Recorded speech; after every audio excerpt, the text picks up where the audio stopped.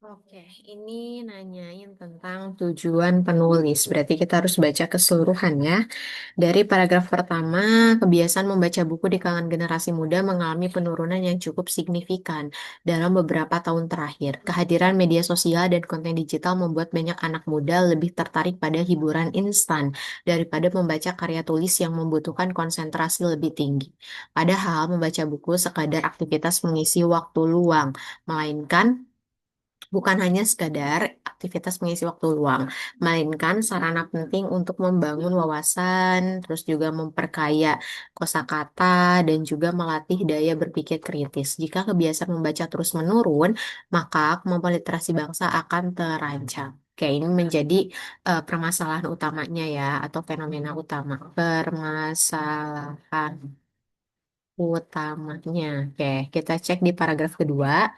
Rendahnya minat baca bukan hanya tanggung jawab individu, tetapi juga merupakan tantangan bagi lembaga pendidikan dan keluarga. Sekolah seharusnya tidak hanya menugaskan siswa membaca, tetapi juga menciptakan budaya literasi yang menyenangkan. Misalnya melalui pojok baca, klub buku, atau diskusi karya sastra. Sementara itu, peran keluarga sangat penting dalam menumbuhkan kebiasaan membaca sejak dini. Anak-anak yang terbiasa melihat orang tuanya membaca cenderung menganggap kegiatan tersebut sebagai hal yang wajar dan menyenangkan. Nah, di sini ngejelasin tentang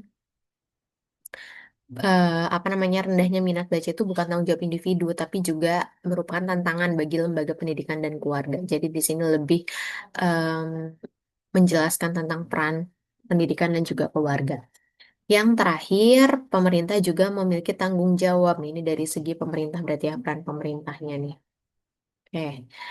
Dalam memperkuat budaya literasi nasional, program peningkatan akses terhadap buku, penyediaan perpustakaan di daerah, serta dukungan terhadap penerbitan karya anak bangsa perlu digalakkan secara berkelanjutan.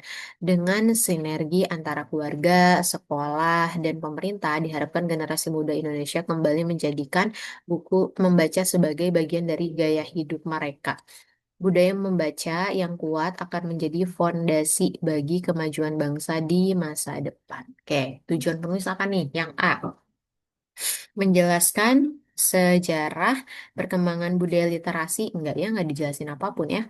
Yang B, menyajikan data statistik. Tidak ada datanya. Yang C, mendorong berbagai pihak untuk menumbuhkan kembali kebiasaan baca di masyarakat. Betul. Yang D, mengkritik kebijakan pemerintah.